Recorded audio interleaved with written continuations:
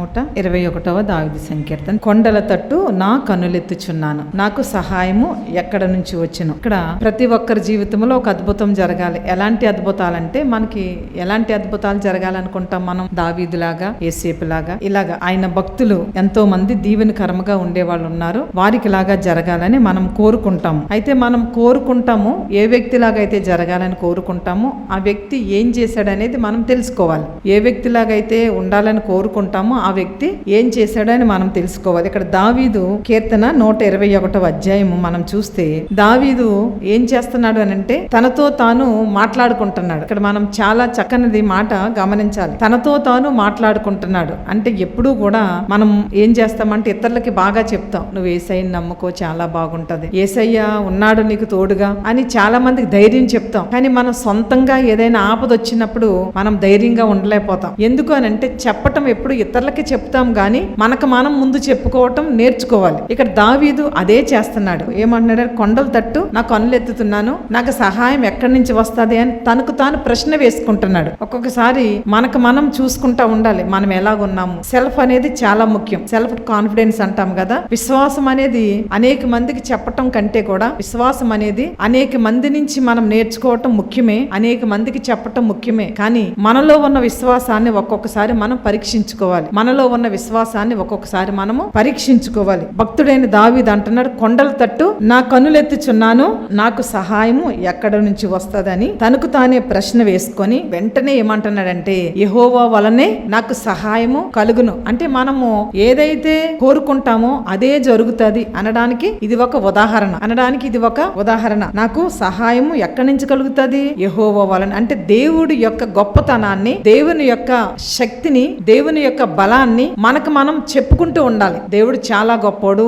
ఇలాగా మనకు మనం కష్టం వచ్చినప్పుడు ఎవరో మనల్ని వాదార్చడం ముఖ్యమే గాని మనకు మనం వాదార్చుకోవటం చాలా ముఖ్యం. కష్టం వచ్చినప్పుడు ఎవరైనా మనల్ని వాదార్చడం ముఖ్యమే గాని మనకు మనం వాదార్చుకోవటము చాలా ముఖ్యం. అది దావీదు ఇక్కడ చేస్తున్నాడు. కొండల తట్టు నేను కనులెత్తుచున్నాను. ఎప్పుడు కనులెత్తుతాము? ఎప్పుడు చేయి చాపుతామంటే మనకి అవసరము ఉన్నప్పుడే. దావీదు మహానుభావుడికి ఏ అవసరం ఉందో, ఏ కష్టం వచ్చిందో, ఏ ఇబ్బంది వచ్చిందో, ఏ ఇరుకొచ్చిందో, ఏ వేదన వచ్చిందో, ఆ వేదనలో ఎవరికీ చెప్పుకోలేకుండా ఉండుండొచ్చేమో, ఆ బాధని ఎవరికి పంచుకోలేనిదై ఉండొచ్చేమో. అందుకని మూడో వ్యక్తిని ఇన్వాల్వ్ చేయకుండా అక్కడ ఎవరు కనిపిస్తున్నారంటే కీర్తనలో దేవుడు దావీదే కనిపిస్తున్నాడు. సెల్ఫ్ తనకు తాను అడుగుతున్నాడు, నేను కొండల తట్టు కన్నులెత్తుచున్నాను, నాకు సహాయం ఎవరు చేస్తారు అని తనకు తాను అనుకుంటున్నప్పుడు మరలా ఇంకొకరు వచ్చి జవాబు చెప్పట్లేదు. మరలా తనకు తానే యెహోవా వలననే సహాయం కలుగుతుంది అని ఆయన శక్తి సామర్థ్యాలను తనకు తాను పరిచయం చేసుకుంటున్నాడు. హల్లెలూయా. దేవుని యొక్క శక్తిని, సామర్థ్యాన్ని అనేక మందికి పరిచయం చేస్తాము, అనేక మంది మనకు పరిచయం చేస్తారు. కానీ మనకు మనం పరిచయం చేసుకోవడం అనేది అది గొప్ప తలాంతు, అది గొప్ప ఆశీర్వాదం, గొప్ప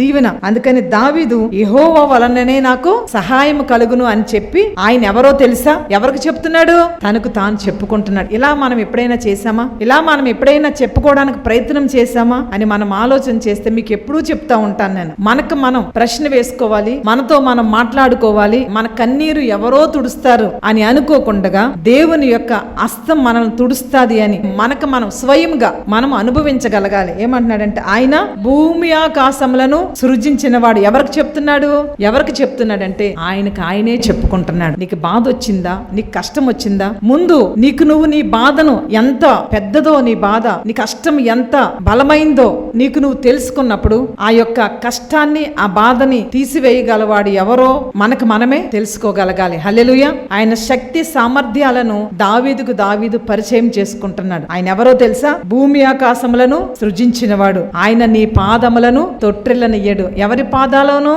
నా పాదాన్ని ఆయన తొట్టిల్లనివ్వడు. నన్ను కాపాడుతాడు, నన్ను దీవిస్తాడు, నన్ను రక్షిస్తాడు అని తనకు తాను దీవెన వాక్కులు పలుక్కుంటున్నాడు. హల్లెలూయా. ఇది చాలా ప్రాముఖ్యమైనటువంటి, ప్రార్థనలో అతి ప్రాముఖ్యమైన విధానం. హల్లెలూయా. ఎంతో చక్కగా, అంటే ప్రార్థన, ప్రవచనము, ఆశీర్వాద వాక్కులు, ఈ మూడు మనం ఇక్కడ చూడగలుగుతున్నాము. అదే విధముగా దేవుని యొక్క శక్తి సామర్థ్యాలను తనకు తాను పరిచయం చేసుకుంటున్నాడు. దేవుని పరిచయం ఉన్న దేవుణ్ణి మరలా పరిచయం చేసుకుంటున్నాడు. మరలా. హల్లెలూయా. అదే విధముగా నిన్ను కాపాడువాడు కునుకడు. ఎంత సెల్ఫ్ కాన్ఫిడెన్స్ ఉందో దావీదు జీవితంలో. మన జీవితంలో కూడా దేవుని పట్ల సొంతంగా మనకంత కాన్ఫిడెన్స్ ఉండాలి. హల్లెలూయా. సొంతంగా ఖచ్చితంగా స్వయంగా మనం ఆయన్ని పూర్తిగా నమ్మగలగాలి. విశ్వాసం అనేది స్వయంగా మన హృదయాంతరంగంలో నుంచి రావాలి. దేవుణ్ణి మనకు మనం పరిచయము చేసుకోవాలి. ఆయన గొప్పతనాన్ని 100కి 1000 సార్లు 10,000 సార్లు ఎన్నిసార్లు అయినా నువ్వు నమ్మిన దేవుడు చాలా గొప్పోడు, నువ్వు నమ్మిన దేవుడు చాలా గొప్పోడు అని మనకు మనం చెప్పుకోవటంలో అది ఎంతో బలం ఉంటది. దావీదు అలా చెప్పుకున్నాడు కాబట్టి అంత బలవంతుడైపోయాడు. అంత కష్టంలో కూడా, అంత బాధలో కూడా వెనుదిరగని మహావీరుడవ్వాడు. హల్లెలూయా. వెనుదిరగని మహావీరుడుగా నిలవబడ్డాడంటే అర్థం ఏంటంటే తను అంతరంగంలో దేవుణ్ణి ఎప్పటికప్పుడే గుర్తు చేసుకుంటూ ఎక్కువగా దేవుని తనకు తాను పొగుడుకుంటూ ఉండేవాడు. మనం ఆరాధన చేస్తాం కానీ మన ఇళ్లలో చేసుకోం. మనం ఆరాధన అనేది 100 మందిలో లేకపోతే సంఘములో చేసుకుంటాం, అది ఆరాధన అనుకుంటాం, నిజమే. కానీ మనకు మనం కూడా మన ప్రాణాత్మ శరీరములను దేవుని వశములో ఉంచి ఆరాధన చేసుకోగలగాలి. ఇక్కడ చేస్తున్నాడు, ఒంటరిగా ఉండి పరిశుద్ధాత్మ దేవుని సహకారంతో సహాయంతో ఆరాధన చేస్తున్నాడు. అపొస్తలుడైన పౌలు అంటాడు, తానే తన ఆత్మతో విన్నవించుకున్నట్టుగా. అంటే తానే తన ఆత్మతో, ఇక్కడ దావీదు చేసేదే పౌలు కూడా పరిశుద్ధాత్మ నడిపింపులో. ఎందుకంటే దావీదు ఒక్కడ లేడు, ఆత్మస్వరూపిగా ఉన్నటువంటి దేవుడు తోడుగా ఉన్నాడు. పౌలు ఒక్కడ లేడు, ఆత్మస్వరూపిగా ఉన్న దేవుడు తోడుగా ఉన్నాడు. మనము ఒంటరి వాళ్ళం కాదు గాని దేవుణ్ణి ఎప్పటికప్పుడే మనం పరిచయము చేసుకుంటూ ఉండాలి. హల్లెలూయా. యెహోవాయే నిన్ను కాపాడువాడు, నీ కుడి ప్రక్కన యెహోవా నీకు తోడుగా ఉండును, పగలు ఎండ దెబ్బ అయినను నీకు తగులదు. హల్లెలూయా. ఎందుకంటే తనకు తాను చెప్పుకుంటున్నాడు, దేవునిని తనకు తాను గొప్ప చేసుకుంటున్నాడు. దేవుని యొక్క గొప్పతనాన్ని తనకు తాను మరలా మరలా మరలా చెప్పుకుంటున్నాడు. మన జీవితాల్లో కూడా ఎప్పుడు కూడా దేవుణ్ణి ఎవరెవరికో పరిచయం చేస్తాము, ఎవరెవరో పరిచయం చేయగా వింటాం. కానీ దేవుణ్ణి ఎప్పటికప్పుడే ప్రతిరోజు ఆయన గొప్పతనాన్ని మనకు మనం చెప్పుకోవటం చాలా ముఖ్యం. కొండల తట్టు నా కనులెత్తుచున్నాను, నాకు సహాయం ఎక్కడి నుంచి వస్తుంది అని ప్రశ్న మనమే వేసుకున్నప్పుడు జవాబు కూడా దానికి మనమే చెప్పుకోవాలి. ఎక్కడి నుంచి ఏంటి? దేవుని దగ్గర నుంచే వస్తుంది. ఆ బలం వేరండి, ఆ యొక్క విశ్వాసం వేరు, ఆ యొక్క ఆశీర్వాదం వేరు, ఆ కృప వేరు, ఆ యొక్క దేవుడిచ్చేటువంటి మహాశక్తి వేరు. హల్లెలూయా. పగలు ఎండైనా రాత్రి వెన్నెలైనా వాటి దెబ్బలు గాని వాటి ద్వారా వచ్చే బలహీనతలు గాని రాకుండా కాపాడతాడు. ఎవరు? దేవుడైన యెహోవా. ఎవరిని?